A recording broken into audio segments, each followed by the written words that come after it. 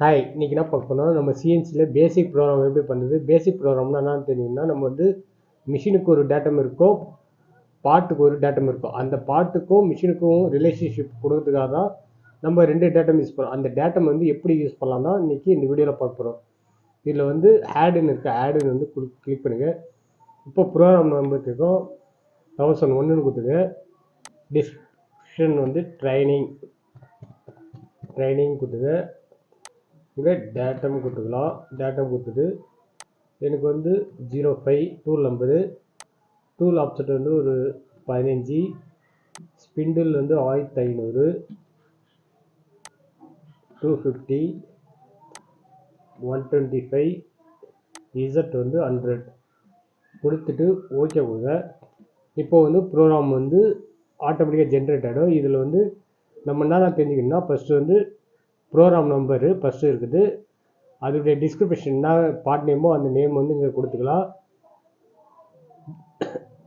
இது rapid eye movement G00, G70 வந்து XY plane, இது வந்து G21 வந்து மெட்ரிக் யூனிட்டுக்கு மெட்ரிக்கா இல்லை இன்ச்சஸாக சொல்கிறதுக்காக இது யூஸ் பண்ணுறோம். இது வந்து ஏன்னா நம்ம ரேடியஸுக்கு டூல் காம்போசிஷன்லாம் ஆன் பண்ணியிருப்போம், அதெல்லாம் வந்து நெக்ஸ்ட்டு ப்ரோக்ராம் மோட சொல்ல ஆஃப் பண்ணுறதுக்காக G41 கொடுக்குறோம். G49 வந்து டூல் ஆப்செட் ஏற்கனவே எடுத்துருப்போம், அந்த டூல் ஆப்செட் கேன்சல் பண்ணுங்கள், G49 கொடுக்குறோம். G80 வந்து எதுக்காகனா நம்ம ஏற்கனவே சைக்கிள் ப்ரோக்ராம் யூஸ் பண்ணிப்போம், அந்த சைக்கிள் ப்ரோக்ராம் ரிப்பீட் ஆகாமல் இருக்கிறதுக்காக G80 யூஸ் பண்ணுறோம். இது வந்து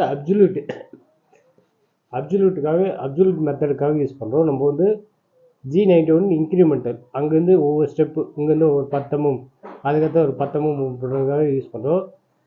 G28 வந்து ப்ரைமரி ரெஃபரன்ஸ், அதாவது மெஷின் ரெஃபரன்ஸ்க்கு ரிட்டர்ன் போயிடும். இசட் வந்து 0ல் நின்றோம்.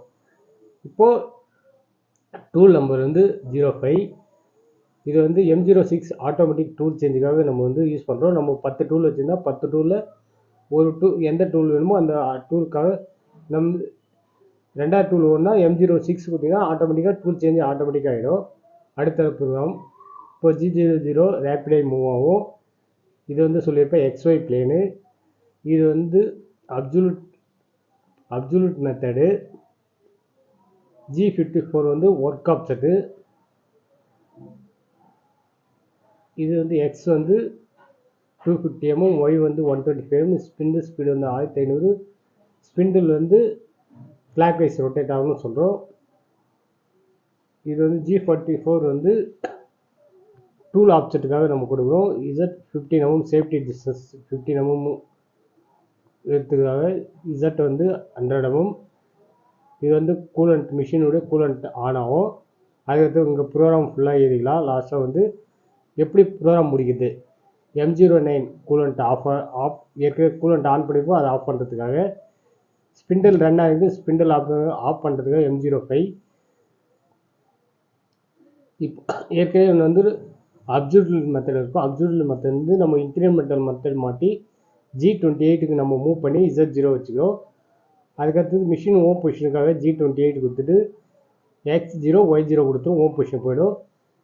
திருப்பி என்ன பண்ணால் திருப்பி G90 அப்சல்யூட் மோட்டுக்கு மாற்றிட்டு M30 வந்து ப்ரோக்ராம் எண்டுக்கு வித் ஆல்ரெடி ப்ரோக்ராம் ரன் பண்ணி வந்து ரீஸ்டார்ட் ஆகிடும்.